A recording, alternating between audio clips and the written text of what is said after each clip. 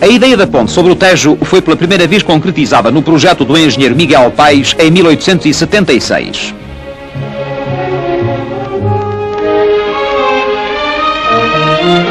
Quem, desde então, procure tópicos da evolução da ideia da ponte, pode aquilatar as variantes, os projetos, as indecisões, os cálculos e os locais propostos para essa obra, que teria de ser sempre suntuosa e monumental.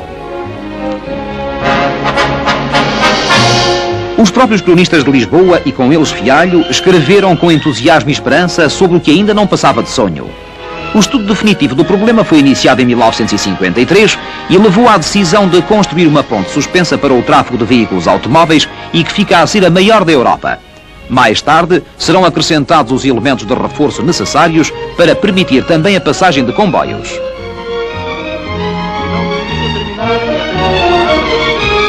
(10 de janeiro de 1963, com a presença do chefe do Estado e outras altas figuras da vida nacional, realizaram-se a bênção e o lançamento nas águas do Tejo do grande caixão metálico destinado à fundação da Torre Norte. E apenas as palavras necessárias. O representante do construtor, o diretor do gabinete da ponte e o ministro das Obras Públicas resumem as linhas mestras que justificam e vão orientar os trabalhos. Termos técnicos, mas sobretudo palavras de fé, que a bênção traduziu no gesto e na oração do Cardeal Patriarca de Lisboa. A mão de Deus guiando a mão dos homens. Aquele caixão de aço era a primeira peça da grande ponte, apoio e símbolo dos milhares de outras peças que iam servir para traçar na água e no céu a linha vitoriosa da estrutura. A maquete do grande conjunto permitia por si só uma antevisão que vivamente interessou quantos a observaram, começando pelas personalidades que assistiram à solenidade inaugural dos trabalhos. O grande caixão metálico foi rebocado para o local da construção da torre. As fundações de ambas as torres são constituídas por grandes blocos vazados de betão armado, assentes em rocha basáltica no fundo do rio. A mais profunda é a fundação da Torre Sul, situada a 82,5 metros abaixo do nível das águas, após atravessar camadas de água, lodo, areia e pedras soltas.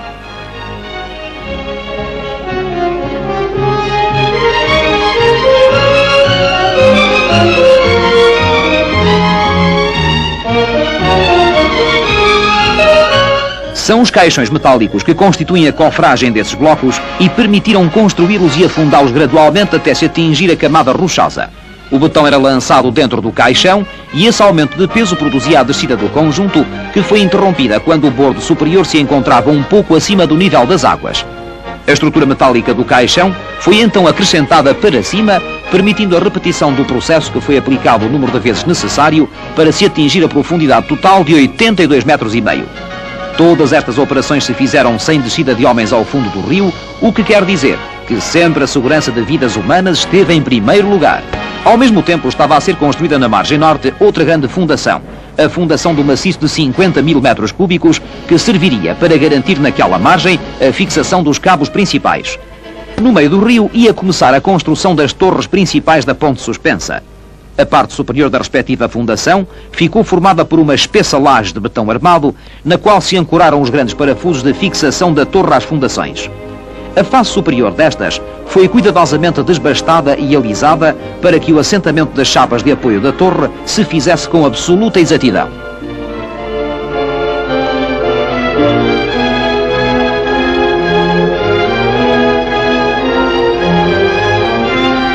As operações da colocação e acerto das chapas foram verificadas por meios geodésicos e taquiométricos. Cada uma delas tem 13 centímetros de espessura.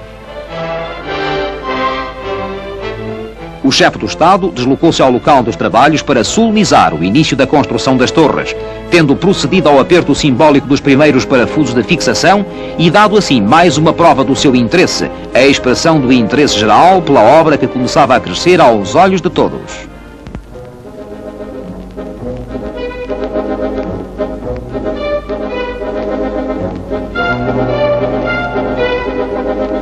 A montagem das torres metálicas foi feita por secções com 10 metros de altura e 50 toneladas de peso. As primeiras secções foram içadas por uma grua flutuante e as restantes por uma grua que subia ao longo das peças já montadas. A ligação das secções umas às outras era feita por meio de parafusos de alta resistência. A construção da Torre Norte levou menos de 4 meses. Entretanto, prosseguia nas margens a construção dos grandes maciços de ancoragem dos cabos principais. Na margem norte tinha terminado a fundação e a parte superior do grande maciço de 125 mil toneladas começava a crescer acima do solo. No seu interior foram instaladas as barras metálicas, onde mais tarde iriam fixar-se os cabos, e que se destinam a interessar todo o maciço no esforço que estes lhe transmitem. A ancoragem da margem sul também trabalha por gravidade, mas não se eleva acima do solo. Devido à maior altura dessa margem, o maciço está dentro do terreno. Para alojar esta grande peça estrutural, cujo peso é de 100 mil toneladas, foi necessário movimentar 200 mil metros cúbicos de terras. A parte superior deste maciço da margem sul inclui uma passagem que transitoriamente está obturada e se destina à futura instalação da linha férrea. As duas ancoragens podem considerar-se como o elemento que segura a ponte suspensa, pois nelas vêm fixar-se os cabos que suportam o tabuleiro.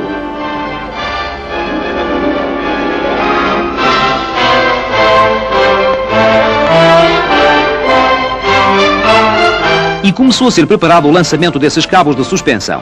Primeiro foi instalado um sistema de cabos provisórios içados de barcaças para o topo das torres e pilares e que depois serviram de apoio a dois passadiços de trabalho que atravessavam o rio de ancoragem a ancoragem.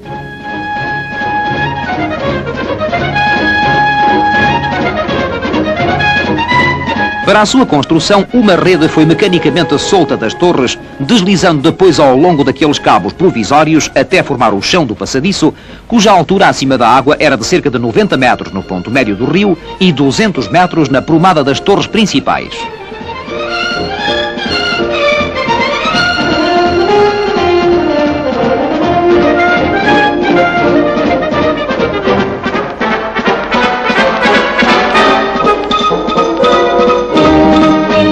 Os fios de aço para a formação dos cabos de suspensão tinham meio centímetro de diâmetro e vinham organizados em grandes carretéis com 100 km de fio cada um. Nas torres de fiação, um sistema de roldanas e contrapesos permitia regular a velocidade e a tensão dos fios durante as operações do seu lançamento sobre o rio. Essas operações foram executadas à custa de dois pares de rodas ou aranhas que levavam o fio de uma margem para a outra.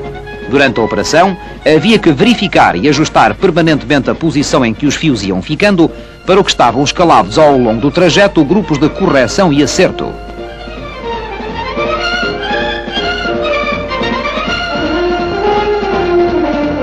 As duas aranhas de cada par estavam fixas ao mesmo cabo motor e trabalhavam como vai-vem, de modo que as rodas se moviam em sentidos contrários, tendo partido simultaneamente das duas ancoragens opostas e cruzando-se a meio do percurso.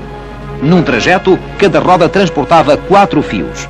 As correções eram feitas com folgas mínimas, indo-se ao ponto de ter em conta as alterações de posição devidas a variações da temperatura ambiente. Em março de 1965, 3 meses depois de iniciado o lançamento dos cabos principais, realizou-se o último percurso útil das aranhas, correspondendo à colocação dos 8 fios que faltavam para completar o cabo poente.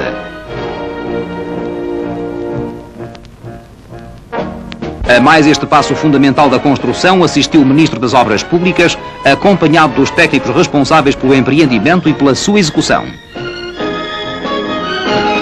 O grande viaduto da margem norte, lançado a 70 metros de altura sobre a zona de Alcântara, tem a extensão total de 1 km, dividido em vãos de 72 a 76 metros aproximadamente. Os pilares de betão armado foram construídos com grande rapidez. O tabuleiro é de betão pré-esforçado. Foi construído em consolas por troços de 4 metros, cuja cofragem móvel ficava suspensa dos troços já concluídos.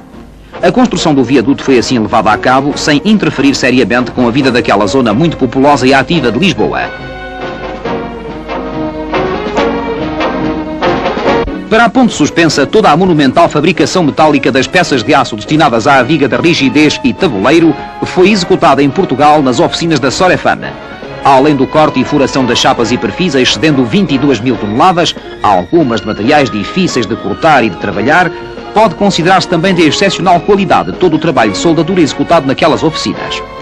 Uma vez concluídas, as peças elementares, como por exemplo as cordas da viga de rigidez com 23 metros de comprimento cada uma, eram transportadas em veículos especiais para o estaleiro de Lisboa, a fim de serem utilizadas na montagem da estrutura.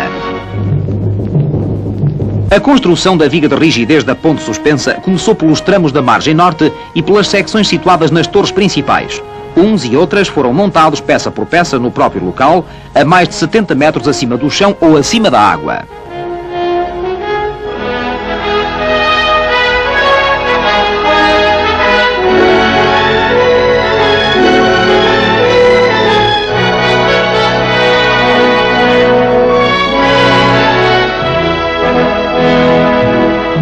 Aos riscos próprios do trabalho a tais alturas juntava-se a reduzida largura dos elementos de apoio e a natureza dos movimentos e operações que o pessoal tinha necessidade de executar. As ligações, por exemplo, eram feitas no local por meio de parafusos de alta resistência que, depois de apertados, eram verificados quanto às condições desse aperto e corrigidos se necessário.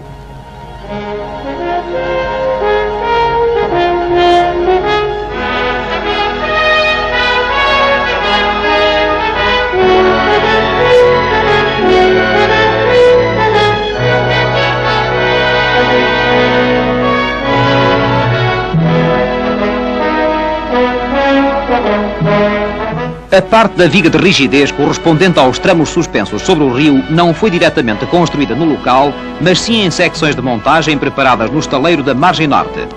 Essas secções tinham o comprimento de 46 metros e pesavam cerca de 300 toneladas cada uma. Depois de construída, a secção era transportada sobre carris até 2 pontões dispostos lateralmente e daí transferida à maré para cima de uma barcaça, que a levava pelo rio até à prumada do local que lhe estava destinado na estrutura.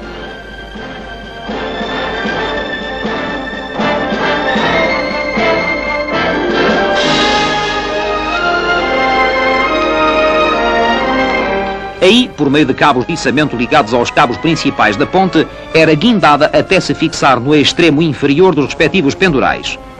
5 meses depois de iniciada esta série de operações, foi feita a elevação da secção que fechava a viga de rigidez a meio do vão central. Essa secção tinha uma forma levemente diferente das restantes e a sua montagem permitiu concluir a ligação umas às outras das secções já montadas no vão maior. Um mês mais tarde, estaria também terminada a colocação das unidades que faltavam nos tramos laterais.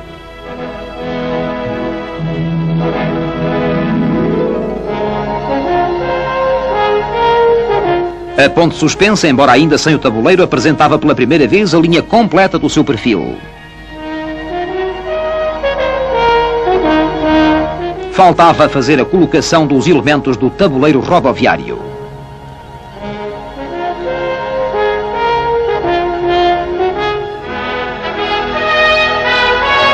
A grelha metálica que lhe serve de base foi também fabricada na Sorefame e daí transportada e fixada nos locais de aplicação.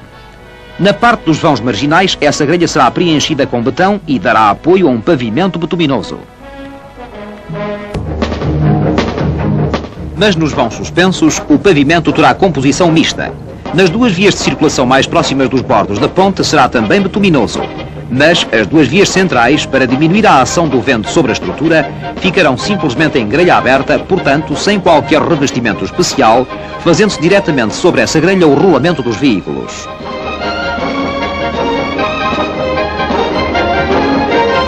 A obra agora concluída não se limita à ponte principal e ao grande viaduto sobre Alcântara. Um conjunto de estradas de acesso com o comprimento de 30 km teve de ser construído ao mesmo tempo que aquelas estruturas. É na margem norte que essas vias de acesso e as respectivas obras de arte se revestem de maior complexidade, a ponto de constituírem um dos maiores nós rodoviários da Europa, destinado a assegurar elevado número de ligações com as principais zonas da capital e com o norte e ocidente do país. No entanto, foi na margem sul que se realizaram os principais movimentos de terras, na execução de escavações e terraplanagens para a construção do maciço de amarração dos cabos, da Praça da Portagem e do túnel destinado à futura passagem do caminho de ferro.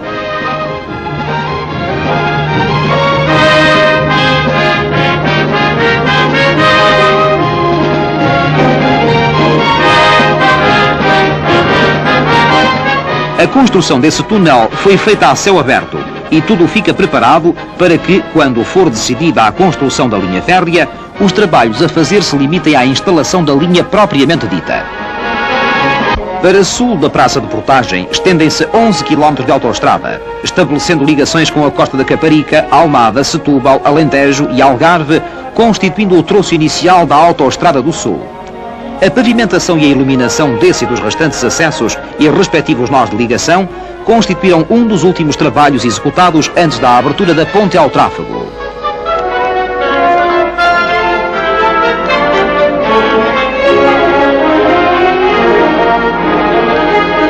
A realização da ponte e dos seus acessos foi conduzida pelo Ministério das Obras Públicas através do gabinete da Ponte sobre o Tejo.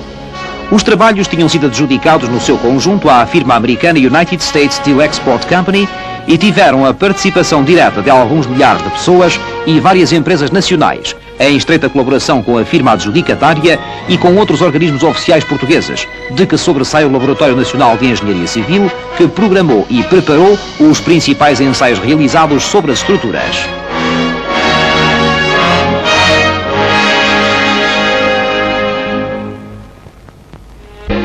Em 6 de agosto de 1966, a menos de 4 anos depois do início dos trabalhos e 6 meses antes do prazo limite, chega para Lisboa e para todo o país o dia grande da inauguração. A cerimónia festiva desde muito cedo começou a reunir milhares de pessoas, desde o chefe do governo e das mais altas personalidades nacionais e estrangeiras, incluindo ministros de várias nações amigas, até ao simples homem da rua, que nas margens do rio, nas embarcações e nos pontos altos, não quis perder o tão esperado momento.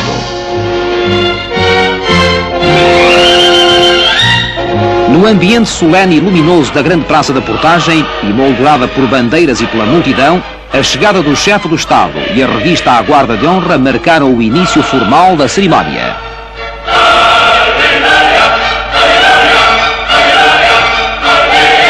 Cursaram o diretor do gabinete da ponte, o presidente da firma United States Steel, os presidentes das câmaras municipais de Lisboa e de Almada e o ministro das Obras Públicas, dando conta do modo como tinham decorrido os trabalhos, acentuando o significado regional e nacional da nova ligação estabelecida, exprimindo satisfação e agradecimento pela sua efetivação.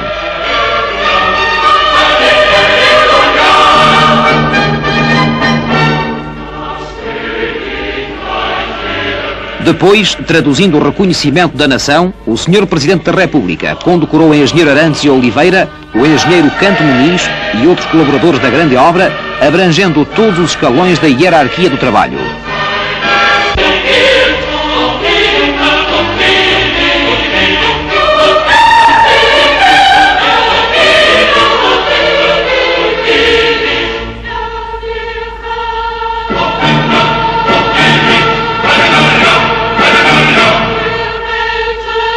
Marcando o termo da fase de construção, novamente uma bênção para a obra concluída, para os que a ergueram e para todos os que vão usá-la.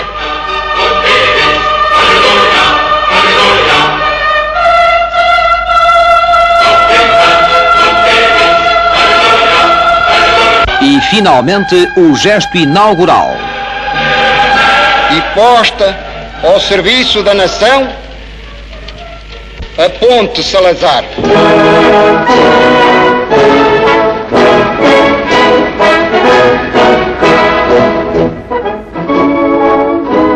A obra está agora pronta e em serviço. Graças à decisão que lhe deu asas e a um trabalho de cooperação do maior significado, a Ponte Salazar aí fica, para o futuro, cumprindo um sonho de gerações e transmitindo uma mensagem de fé e de ação. Nada traduziria melhor essa fidelidade e essa mensagem do que o nome do seu patrono.